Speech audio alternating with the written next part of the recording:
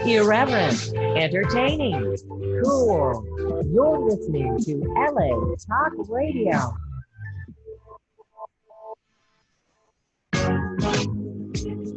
You're listening to the Hypno Fairy Godmother Show with Shirley Yance, only on LA Talk Radio. Well, hello, and welcome to the Hypno Fairy Godmother Show. I am Shirley, your clinical hypnotherapist here in Southern California. And, you know, I've been a glitter and rainbow girl for as long as I can remember.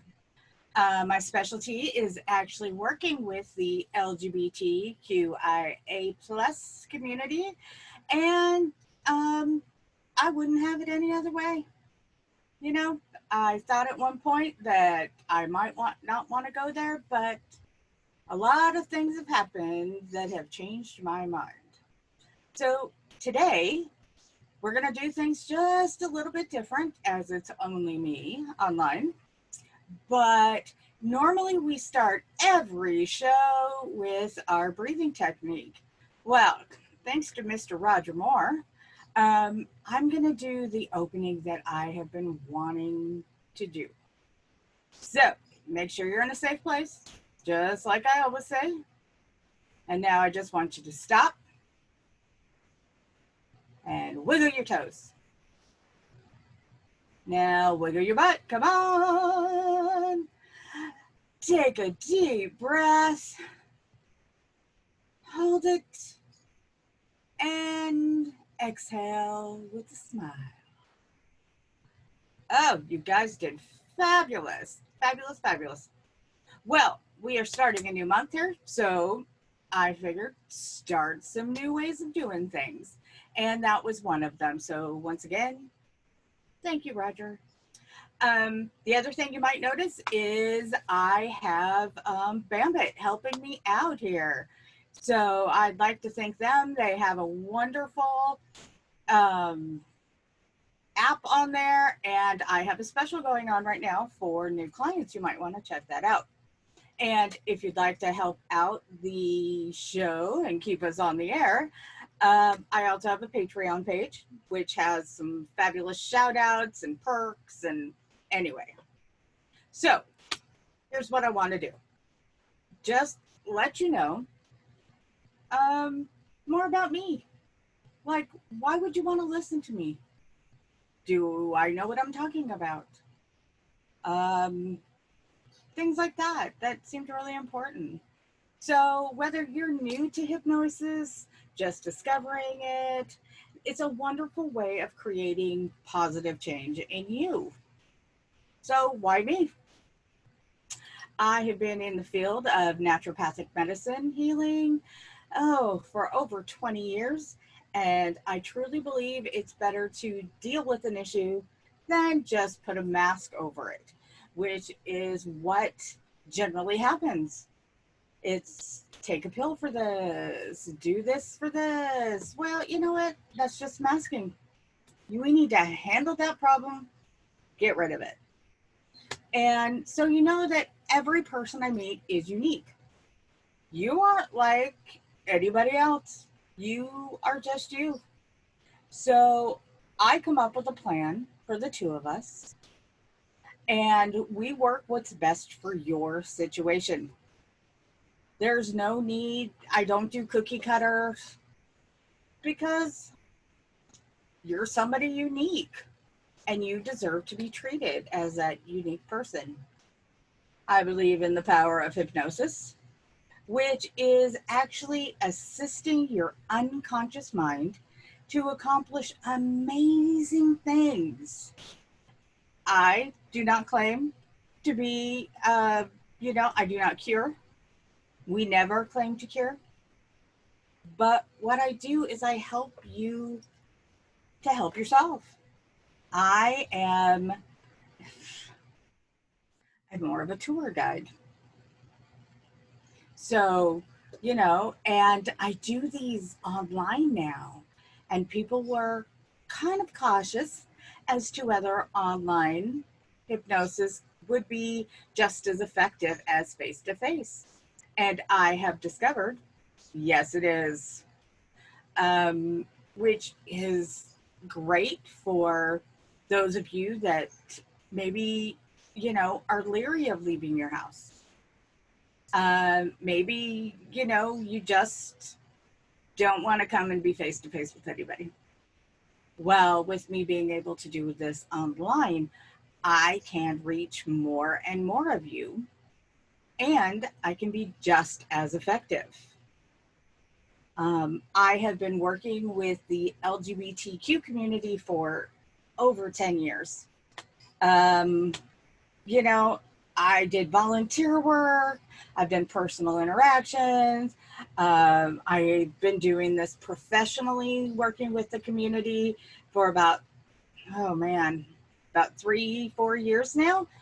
And many of the things that I have dealt with are coming out, maybe transitioning or debating whether you're ready to transition, you know, gaining confidence in yourself, um, gender issues, homelessness. But you know what's interesting? Out of all of these groups that I deal with, and we're talking the outlining communities, maybe the swinger community or the BDSM community, it doesn't matter. And the reason why I'm telling you it doesn't matter, because you are you.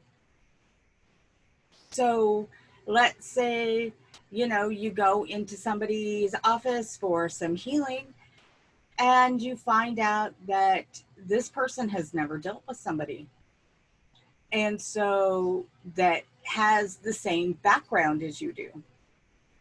Well, at what point do you feel like you're training them on how to teach, how to treat you? I've had people ask me, I don't know what to call people. What should I call people? And I always go, ask.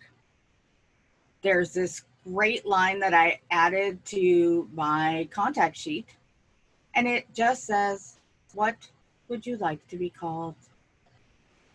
And this is for all my clients, because no matter who you are, whether you have, a name that you just like to be called, which is your prerogative and it's how you feel inside. And if I'm calling you a name that you don't really associate with, how am I helping you? Because your subconscious isn't actually acknowledging that person because they don't know who that person is. So I always ask. Most of my family goes by their middle names. Well, okay. Then if I'm referring to them by their first name, then, they'll either get angry or maybe they won't be quite as responsive and get as much done because I didn't give them the courtesy of asking them, what do you like to be called? I don't think that you should have to train your therapist. A lot of therapists say that they help with different communities, but it's always like the last thing on their list. And why would we want that? And I don't want you to leave out a part of you. If you're coming to me for anxiety, it doesn't matter what community you come from. It doesn't matter how you identify. It doesn't matter, none of that matters to me. What matters is that you can tell me maybe when that started, why that started. And if it started as a result of you being in that community, that's great. That's where we start. But if it starts from there and you don't tell me you're part of that, then you're going to be retelling me your story. It may be not the right way. which who wants that? You know, I want to know you. I want to be able to help you. So, you know, through hypnosis, we work together as a team. Even if you're working with a regular psychologist or whatever, we work as a team to help you. This is not us against you. This is not me against you.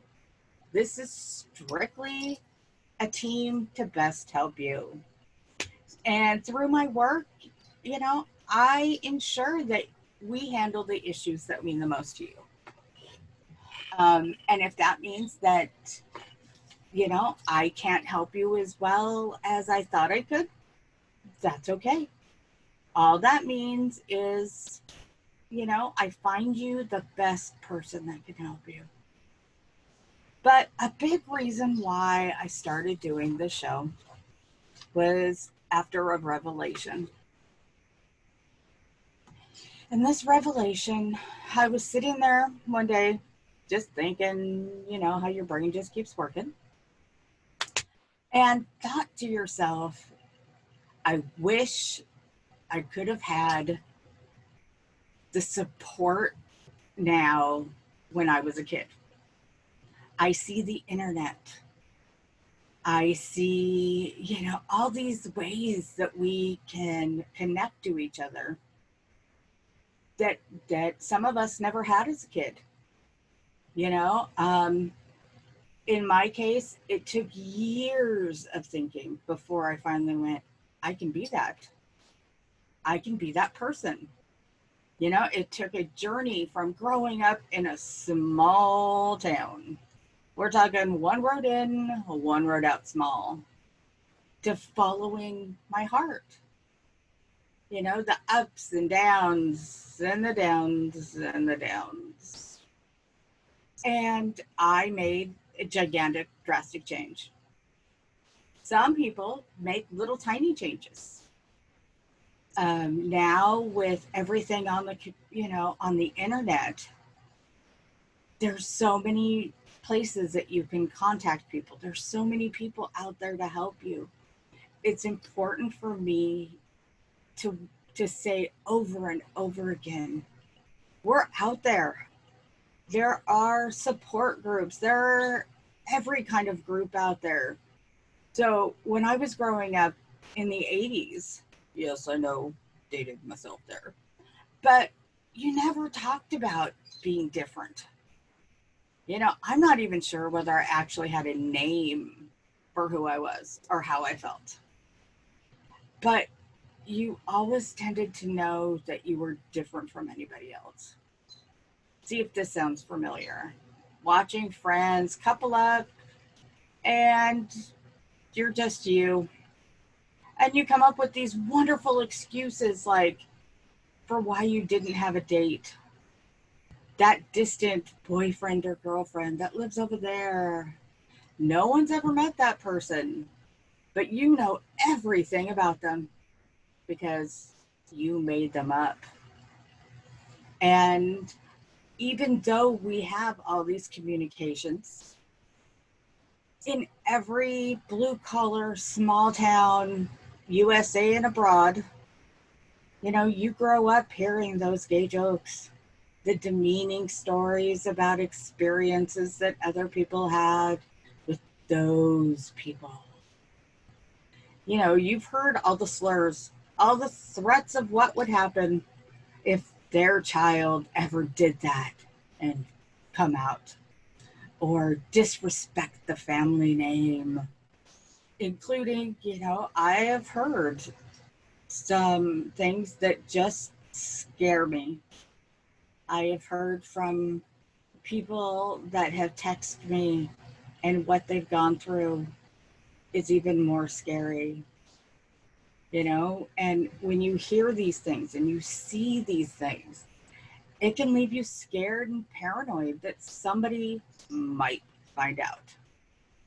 So you begin to be less and less active, more and more introverted, and you count the days until you can leave. And we all hope that someday we will be able to leave. You know, you feel like, you know, you don't know where to go. And it doesn't matter where you live. It could be small town, it could be downtown. It doesn't matter if your family has money or not, how big or small your family is. Uh, but it is so strong, this feeling inside of you. You know, everybody feels this. And it can be so deep that it overtakes your soul and you just spiral into darkness. And at one point, I felt invisible. Didn't fit anywhere. This is the place where things start to get dark. And I'm trying to tell you part of my story to know that instead of self-medicating, ask for help. You know, if you have somebody that you can trust, anybody. You know, I started out telling and talking to my cat. You know, my poor cat knew everything about me. Every stuffed animal I had knew everything about me. But nobody else did. I didn't think anybody else would understand. I didn't know whether I understood. You know, and 30 years later, I know that for every beautiful coming out story, there are hundreds that end with trauma and tears. And, you know, most small towns, is definitely big towns, seem to have, you know, the LGBT centers or counselors in school. And, you know, they even maybe celebrate, you know, little pride events. But I know more of you don't have that support. You know, you may not have the people that you need, the connection, and knowing that you're not alone. I promise you, you are not alone. So to the younger kids that are just kind of trying to find yourself, like I said, you know, there are tons of us out there. If you don't have a local center, it's okay. You know, you can call one if you have internet access. Most places, like the Trevor Project, or most LGBT centers, or support groups, you know, they have call-in numbers. You know, those of us that are therapists online, you know, we're there for you to find too. It depends on how much help and how much despair, you know, where you're coming from. But what I'm also trying to get across is that those of you that have come out sooner, that have a few years behind you, think about what life would have been like if you would have had you when you were trying to come out. What if you would have had that person? You would have been there for little you know, to guide them through, to make them feel important, to make them feel wonderful about themselves, and let them know that although, you know, it might be hard right now, it will get better. It will. For some people, it gets better immediately. As soon as you can leave, as soon as you can, you know, move to another location where you can maybe rewrite your story, or not rewrite the old, but make a new story.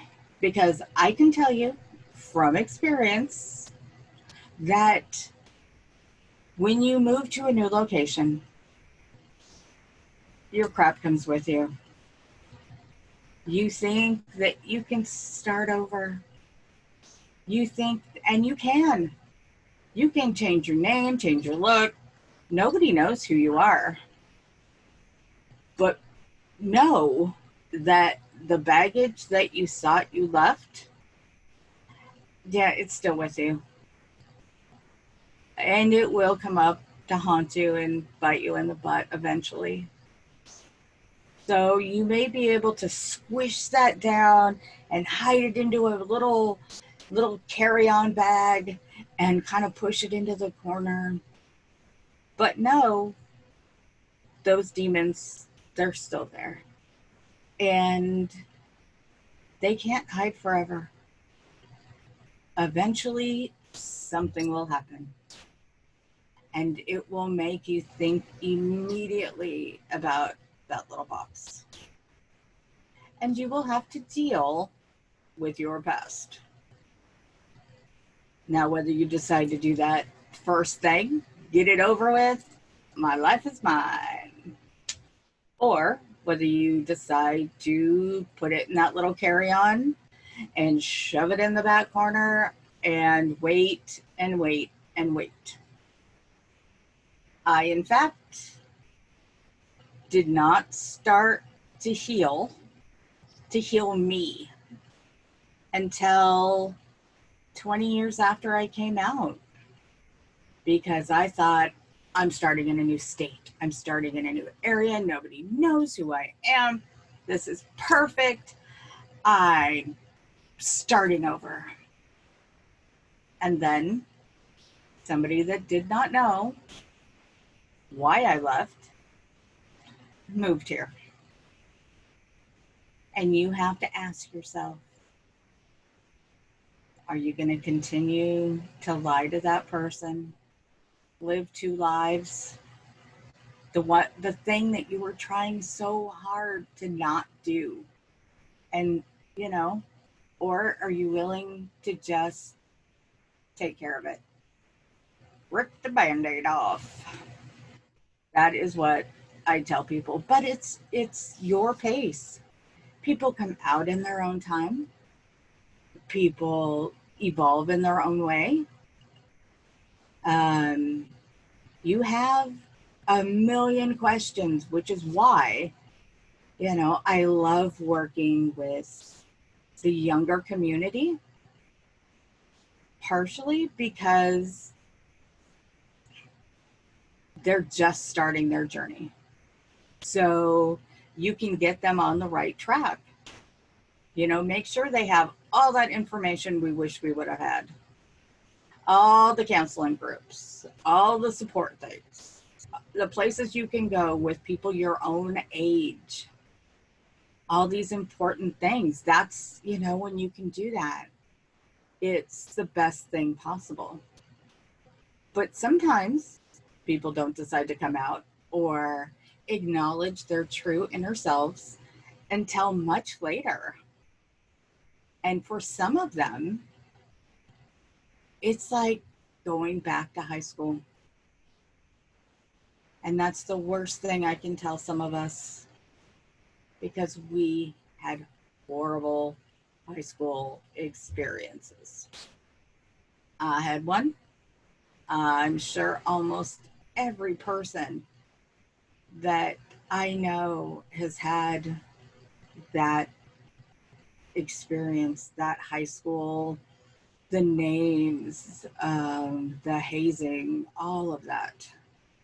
And so, you can tell yourself, it doesn't bother me, and I'm bigger than that, and I'm braver than that. But, if you're not, it's okay to say I'm scared. I'm scared. It is harder to say that than it is to come out. There is so much stigma against mental health. It's like, it's just one of those things where you feel like you're going to be stigmatized. if you went and got help, especially for the men. You know who you are. I'm not fooling anybody. Men have a hard time coming out. And it doesn't matter whether they're straight men, gay men, you know, you're allowed. With the problems that we're having right now with the coronavirus and people not being able to get out, there has been a higher amount of people, finally admitting, I'm not handling this well. I'm not handling it all, but I hear from men that their whole demeanor and the way that maybe they were brought up is, I don't count, or I have to be strong. I have to be strong. This is what I was supposed to do, but that one little step, that little tiny step of asking for help. I believe in hypnosis. I gotta tell you, I have the power and the experience to help people with these different problems. I can help improve, the way things have been going in usually a much shorter time than traditional therapies. But like I said, I don't cure something. I don't give medical advice. I just help you be you. And, when you're thinking about being that person that you wish you would have had, then you can take that person and who's already there, but help those that, don't have you, because they probably don't have anyone either. Volunteer at one of the phone lines, since that seems to be the way we're doing stuff mostly lately. Tell people, when you see them, tell them they're great. How's your day going? You're looking great today. That positive energy. And it doesn't matter whether you're gay or straight. It really doesn't. Doesn't matter whether, you have a weird collection of something. Doesn't matter whether you're really close to being the crazy cat lady. But, to acknowledge people.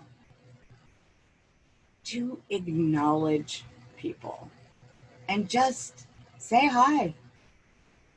There are days that if you go out for any reason, let's say you go out to the shopping, you have little errands, you got to go pick up medication, or you have an appointment or whatever.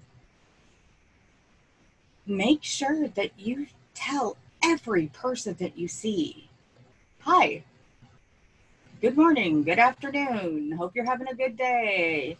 Smile. And you're asking, well, if I have to wear a mask, how am I supposed to smile? People don't smile with their face. You smile with your eyes. They can see. When you smile, your cheeks go up and your eyes go up, and people can tell that you're actually smiling.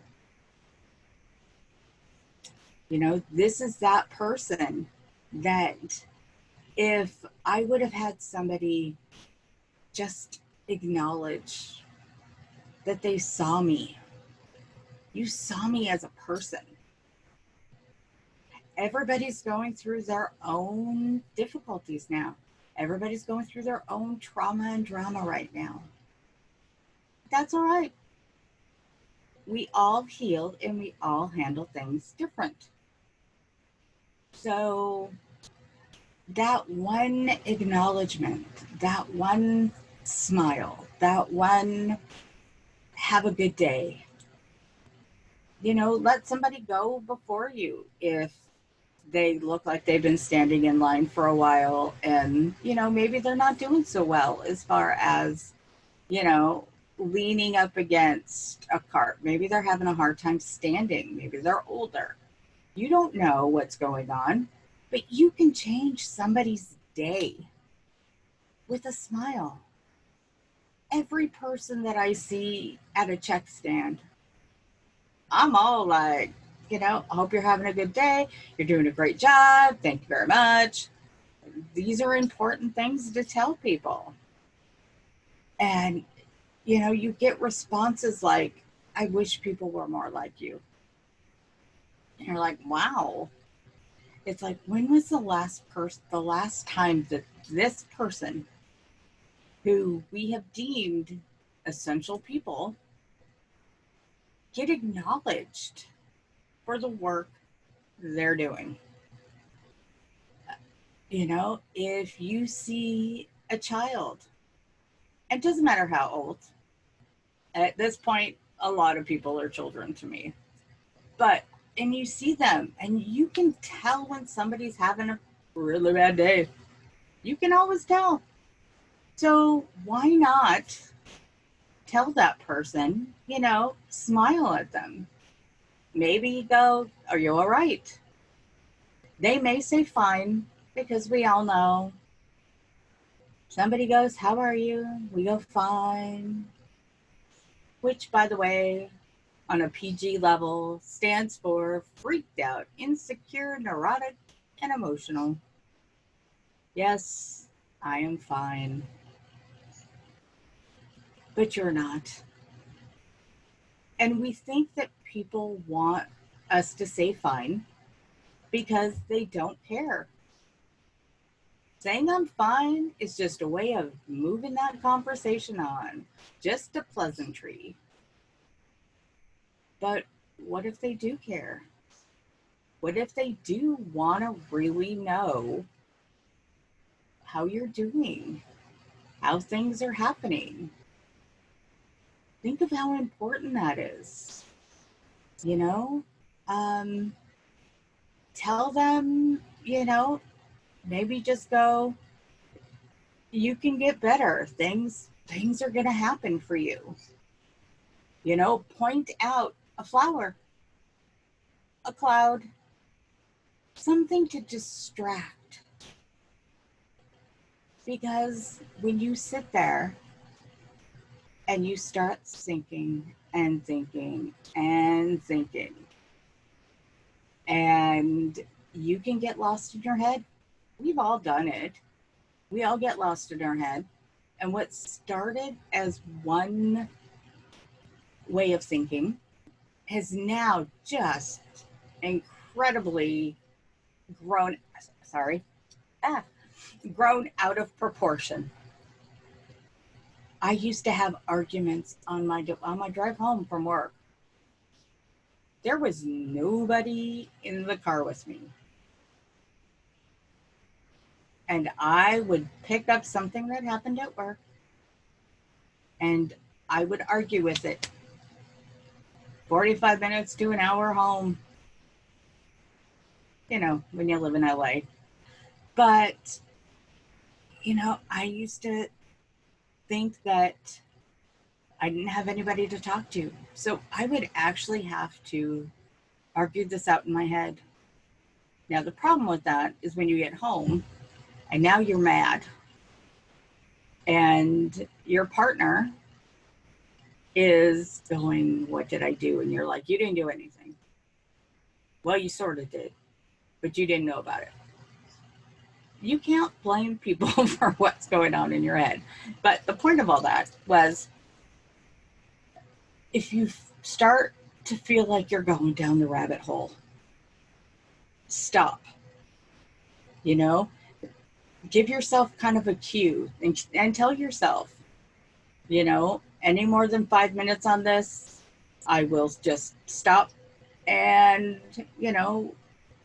think of something else.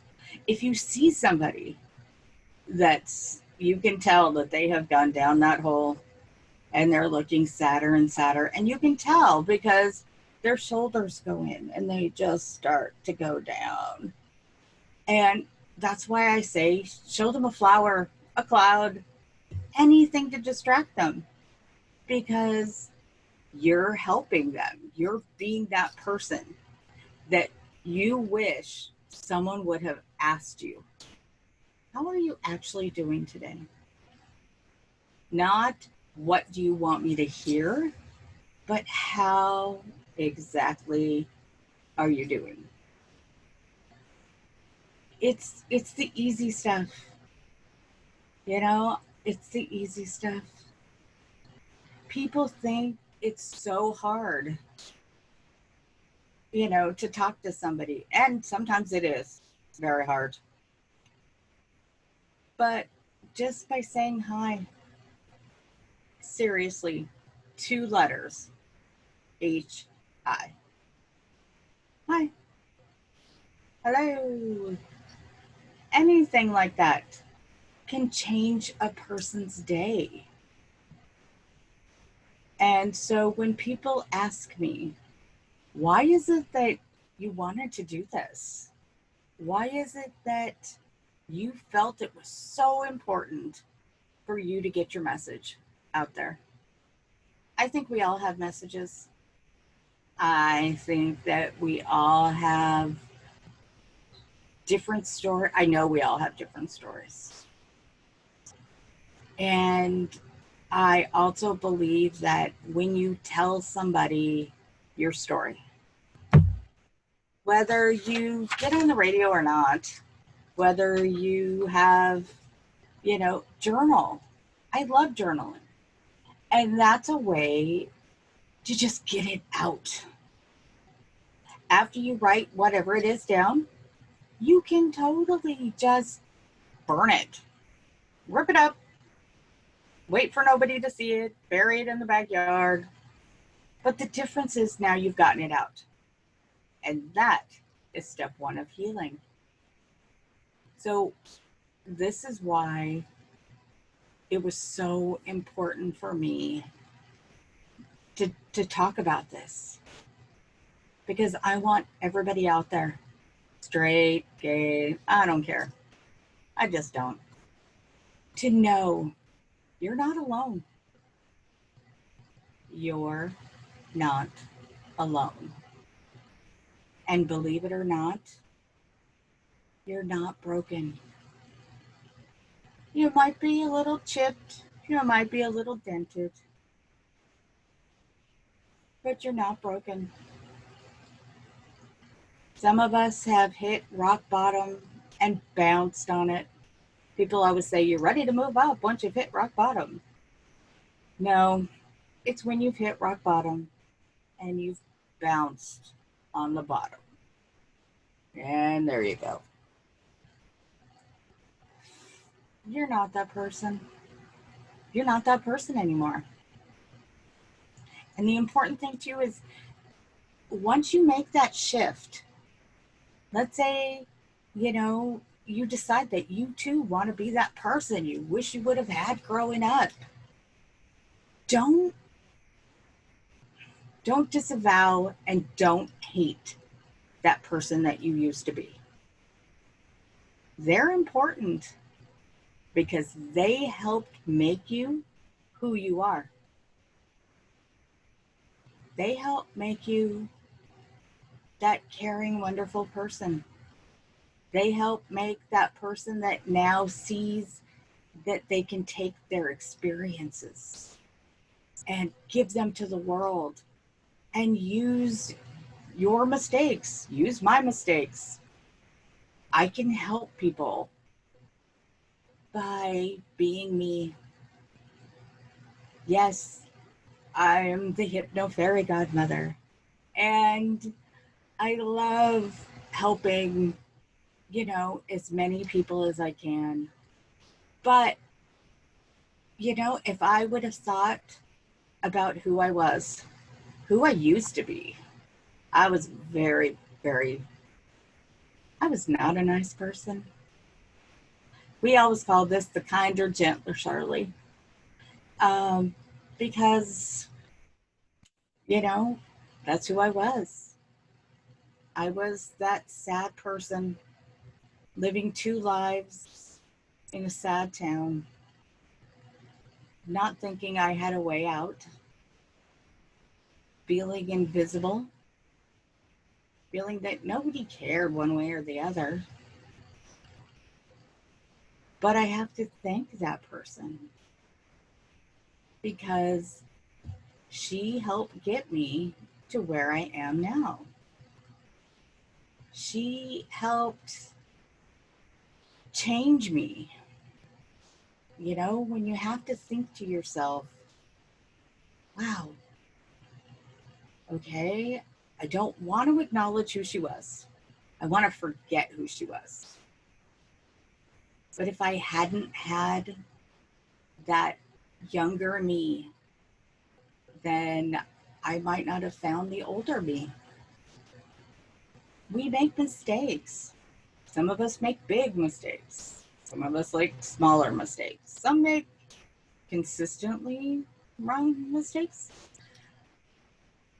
But those are yours. Those are your story. They're part of your story. They're who you've become.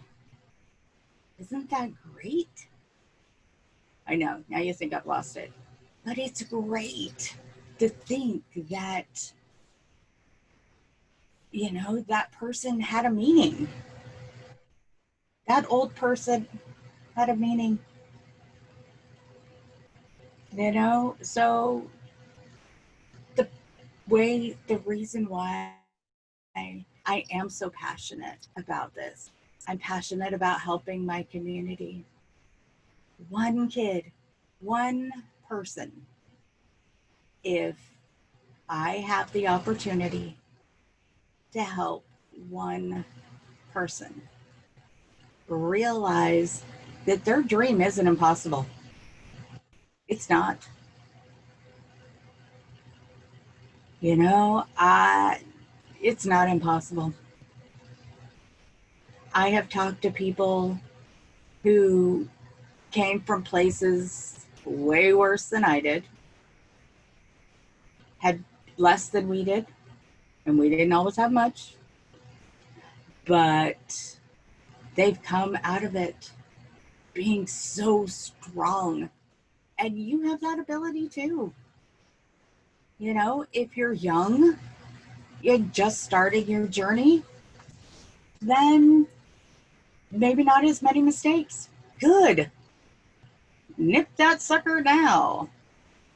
If you're older and you're trying to, I have had people call me and ask me to help them forget who they were. Literally, can you erase this person from me ever remembering what I did, who I was, how many people I hurt? And I always say no. You need that person. You need that person to remind you who you've become. And then if I erase that person, would you become someone different? Would you have to go through it again to get back where you are? Weird questions. Weird. These are the ideas that sometimes people think about. I have, you know, people that contact me and, you know, they think, and we all think, that every problem that we're going through, that we're having right now, we're the only person that's ever had this problem. We're it. No one else has felt like I do right now. Well, nobody can actually feel the way you do right now because you are you. But have other people had the same experience? I can pretty much guarantee you they have. And sometimes maybe what you need to hear is that you're not alone, that other people have had the same issue. I thought no one would understand. No one would understand how I felt growing up because they weren't there. You know what I realized? Maybe they weren't there in my little hometown with my issues and with everything that I heard and everything that I experienced. But they were at their little hometown experiencing the exact same thing. And when I first realized that, it was like a revelation.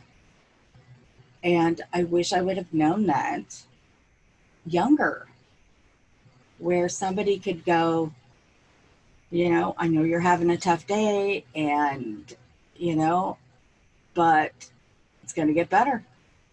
It's going to move on. You are not the first person to feel like you're invisible.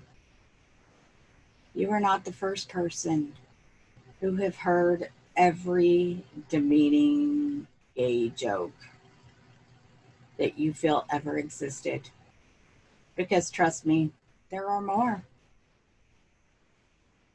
You know, I realized that, and I wish I would have known other people that went through that same thing I did, that feel that same way, that, you know, they were in their little town.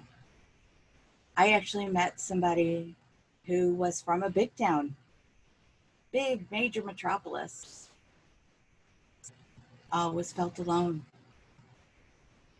Probably, man, 10, 20 times more people living in this person's town that were living in mine. And they felt the exact same way.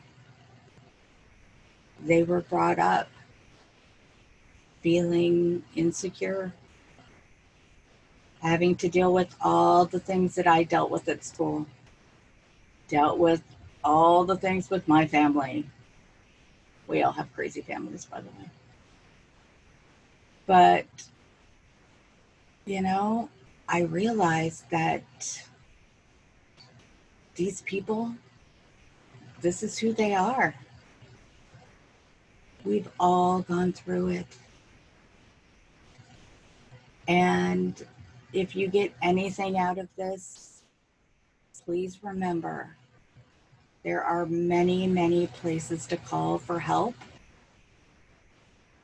And if you want to get a hold of me, I'm at, whisperingzen.net. I'm at the Hypnofairy Godmother at yahoo.com. I am all over. You can look up online the Trevor Project. I will have all these phone numbers listed, on my website and on my Facebook page. That we're there for you.